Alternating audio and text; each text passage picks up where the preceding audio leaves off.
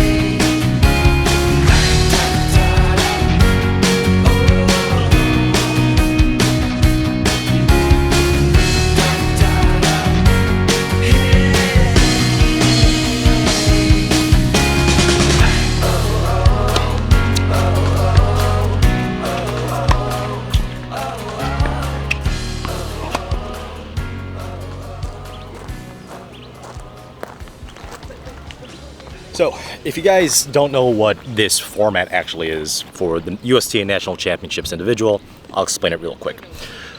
It's fast four. So each set is up to four. It's no ad, and you play a 5-point tiebreak at 3-3. Personally, I think this is kind of garbage, but to be honest, I have no choice but to play it because this is the only individual championship for USTA, for amateur tennis players such as myself, that we have. So I'm really hoping that the USTA will change this into, a regular, 2 out of 3, maybe even a 10-point tiebreak for a third set. I still prefer to play the full third set though, along with ad scoring, just because the USTA is claiming that they're saving time. I think they're saving maybe 15 to 30 minutes per match, and it's just a completely different feel. I actually kind of like the format that this tournament is being played in. Not the scoring of the fast four, but the way it's kind of laid out. So in 4-5 singles men's, there are 4 groups of 7 in the beginning, and you play each person in your group of 4 once. And depending on how you place, you're either first place, which is gold, all the way down to copper, which is dead last in your bracket. You play the other people that place either first, second, or third, or fourth in that bracket. So if you really want to win an event, if I really want to win 18 and over nationals, not only do I have to place first in my round robin compass, my group of 4, but I also have to win the single player elimination bracket of the gold playoff matches. So got a lot of matches. I still wish it wasn't fast four though, but I want to hear your guys' thoughts. Have you played fast four? What do you think of it? Leave a comment down in the section below. So this campus, I believe, is at least, I wouldn't say state funded, but it's probably has some taxpayer dollars in it because it's a public facility. So the Surprise Tennis Complex, I think that's what it's called, has I think 28 outdoor tennis courts. Out of the 28 courts I've seen, not one of them has a crack.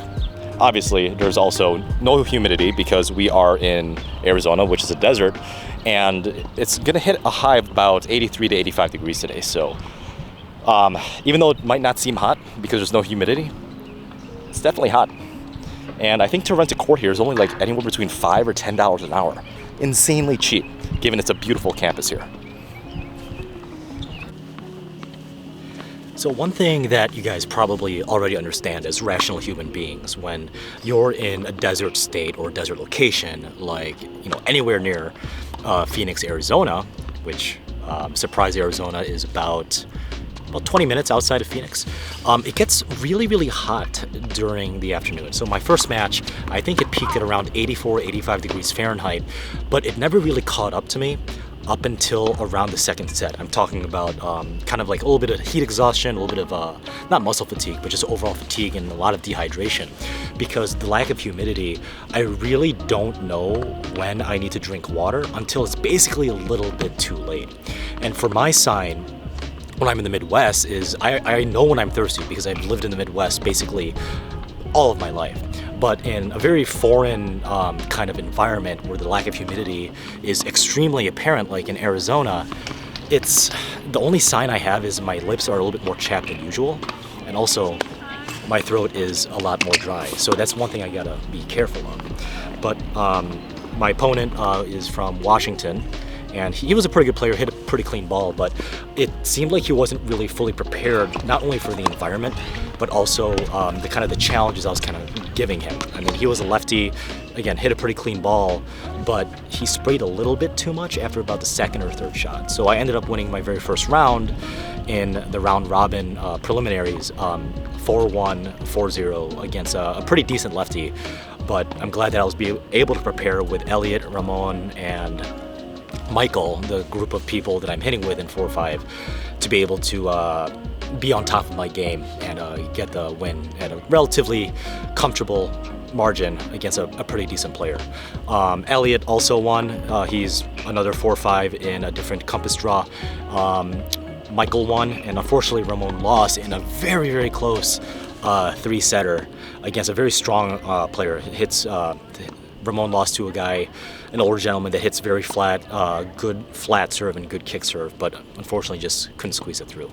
So right now is about 2:30. I gotta go grab some lunch with the guys and get back here. And it's cooling down a little bit right now, but gotta get ready for my second match, which would be the last match of this day. I think I play around 6 o'clock against a pretty strong player. So I'll keep you guys updated.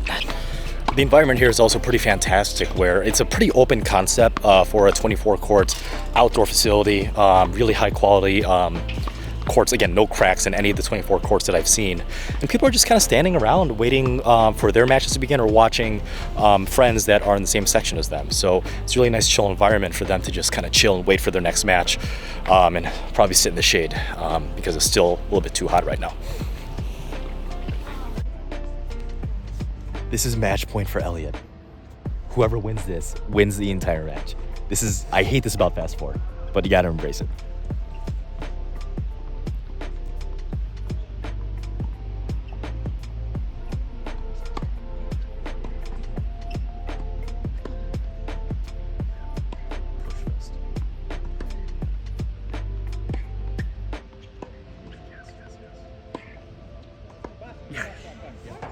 It was up. It was way up. It was way up.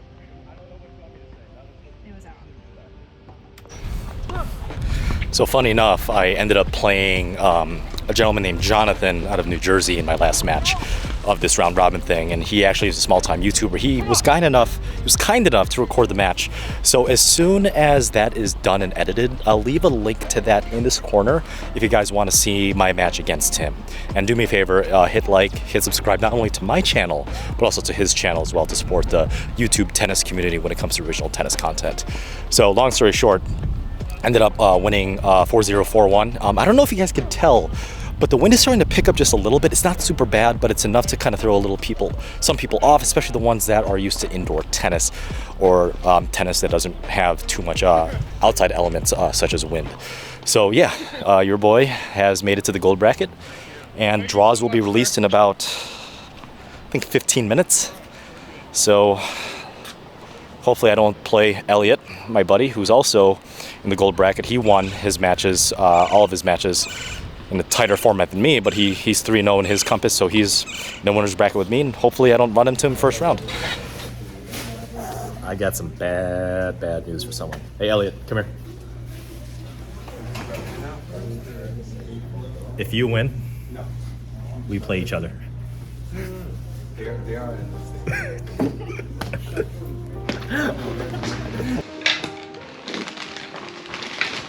So, today is Sunday. It is championship day. And the last match on was actually Elliot versus a gentleman from Texas.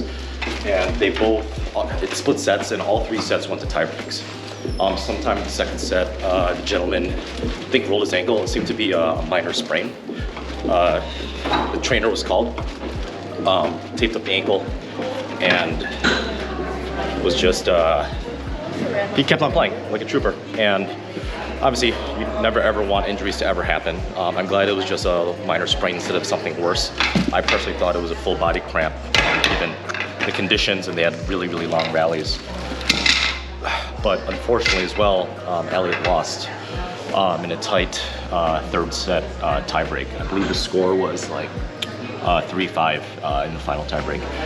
So unfortunately, Elliot is out. I'm wondering how the gentleman from Texas is doing today, given his little sprain. I believe it was on his right ankle. But Elliot has been kind enough to actually pick me up, warm me up before my second round match, aka my first match, because I got high. So I'm gonna drink some coffee in the hotel lobby, regrip some of my rackets, and then get on with my day.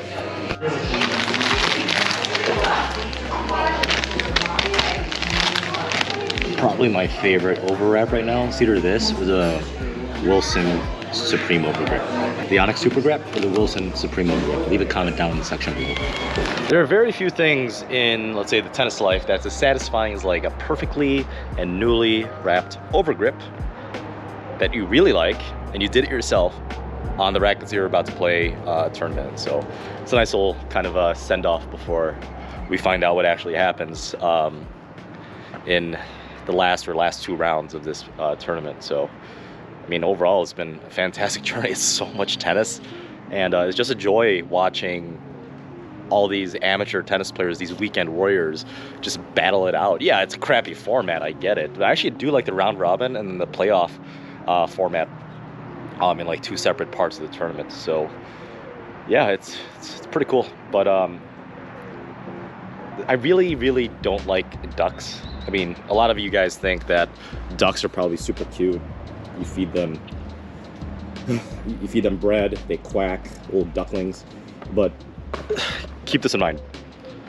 Ducks, birds, if you believe in birds, because birds actually aren't real. Bird watching goes both ways. Birds and ducks are literally just rats with wings. That's all they are. They spread disease, and they're very angry and super territorial, and they crap everywhere. I hate ducks. I'm not gonna touch them because these ducks and birds are like CIA listening devices. But ducks are not cute. Birds are not cute. They're disgusting. Yeah. So that's why I eat a lot of chicken wings as much as I can to assert my dominance in the hierarchy of souls. And it's delicious. But just waiting for Elliot. Apparently he popped his blister. He had a blister that he just popped recently. So wishing him the best, but also wishing he gets here. And it's about 70 degrees right now. It's like perfect, obviously, but it's gonna get a lot hotter throughout the day. So just waiting on Elliot. Come on, dude. Come on, Elliot.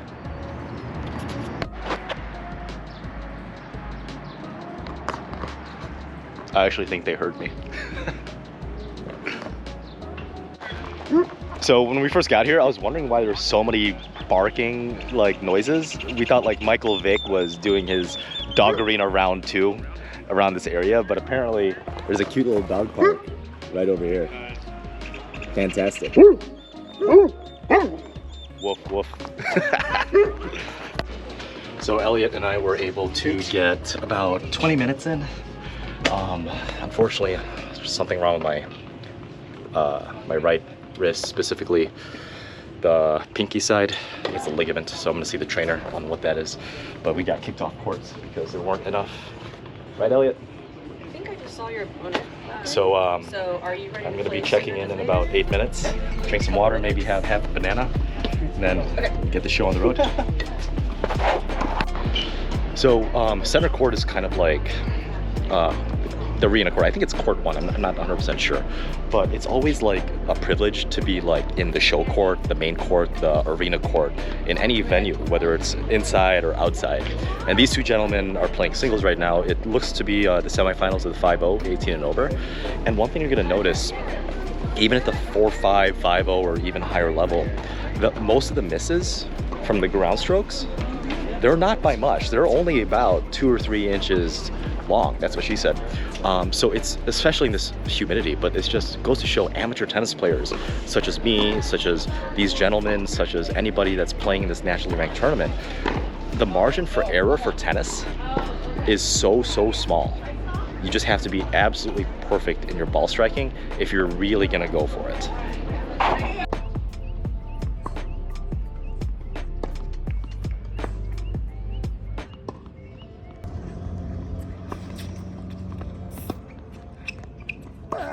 Let's go.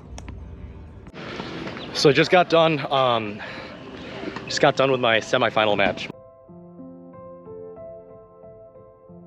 So this journey was kind of first started over a year ago in 2021, where I did not place very highly in the sectional tournament in Chagrin Falls, Ohio.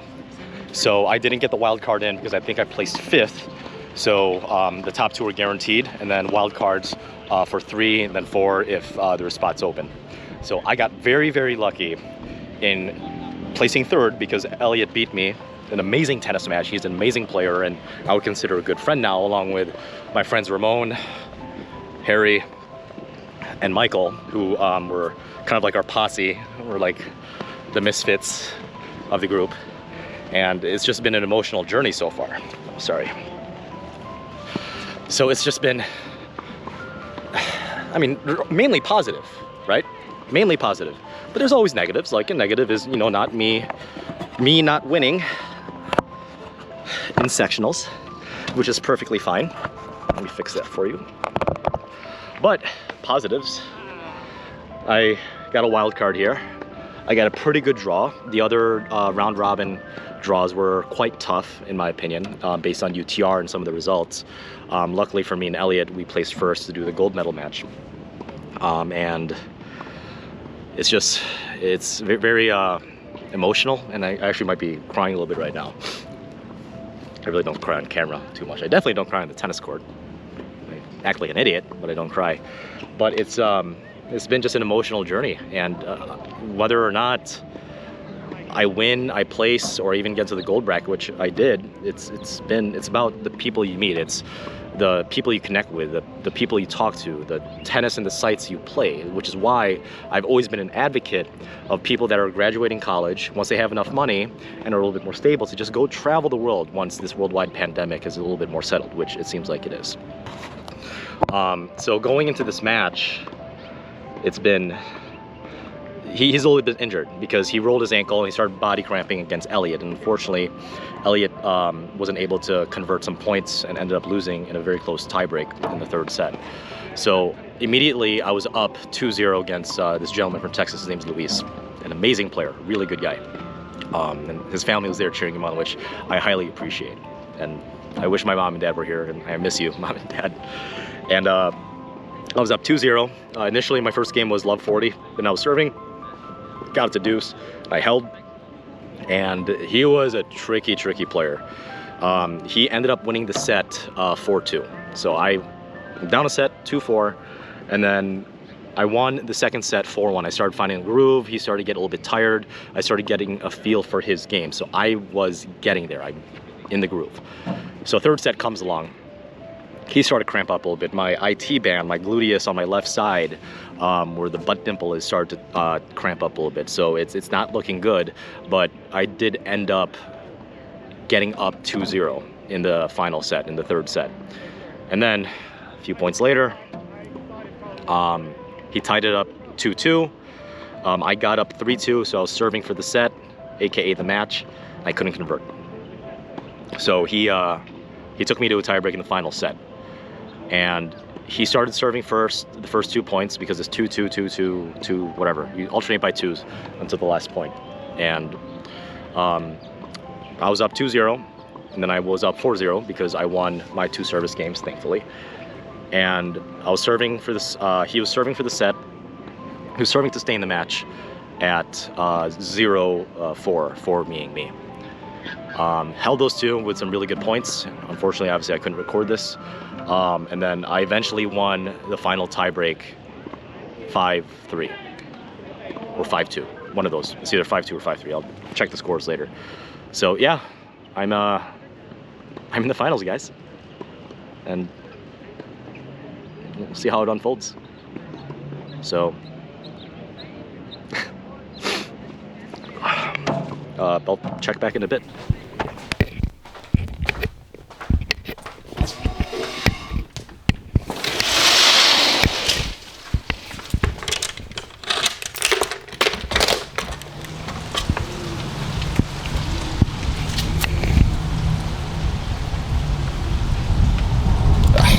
little windy today.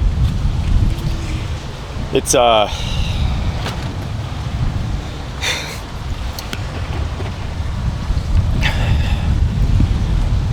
tournament finished yesterday.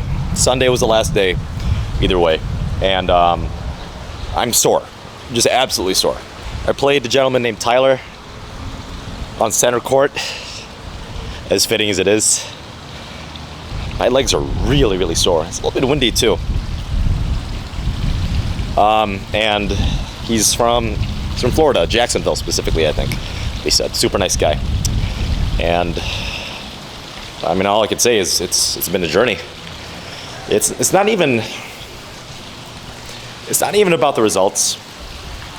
It's not even necessarily like, did you meet your expectations? Did you fall short of your expectations, or did you exceed it?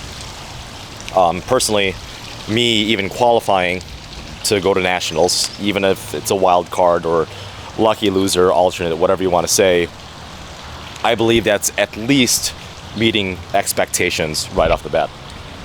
So I'm happy that I met those expectations. Hopefully I met your guys' expectations, hopefully exceeded it to begin with. And it's not even, again, as I said, it's not even about the results. It's not even about, bringing home any type of hardware, ranking points, getting your UTR boosted, whatever. The amount of friends that I've met, the amount of people that recognized me, said hi to me, or some of the people that didn't even recognize me on the YouTube tennis community or whatever social media platform, take your pick, and was just able to talk with them about normal tennis and normal everyday stuff was fantastic. So, I mean, the result at the end of the day, it doesn't matter. Whether or not I actually played well, it doesn't matter. The thing that matters most is I'm here with you guys, and hopefully with my video, this video that I'm recording right now, you guys get a small glimpse of what tennis in Arizona is like and what a national tournament is going to feel like from my perspective, from the ground level. Even though, yeah, it is fast 4 format, which I'm not a fan of. So I want to thank Ian from Essential Tennis, all of Essential Tennis characters, not just the players, but also the editors as well. I want to thank my mom and my dad for being able to have a son, an only son, only child, to be able to do this. I do miss my mom and dad very much. And I want to thank Ramon. I want to thank Henry. I want to thank Elliot, Taylor, Michael for meeting up with me here. JC, Jacob, and sorry if I forgot. It's just I met a lot of people today, and it's been a journey. I hope you enjoyed it, and hopefully next year, guys, you'll meet me in nationals. I'll make a running for 5-0, but I still have the doubles tournament this coming weekend with my doubles partner Chris from Wisconsin. So, as always, guys, happy hitting.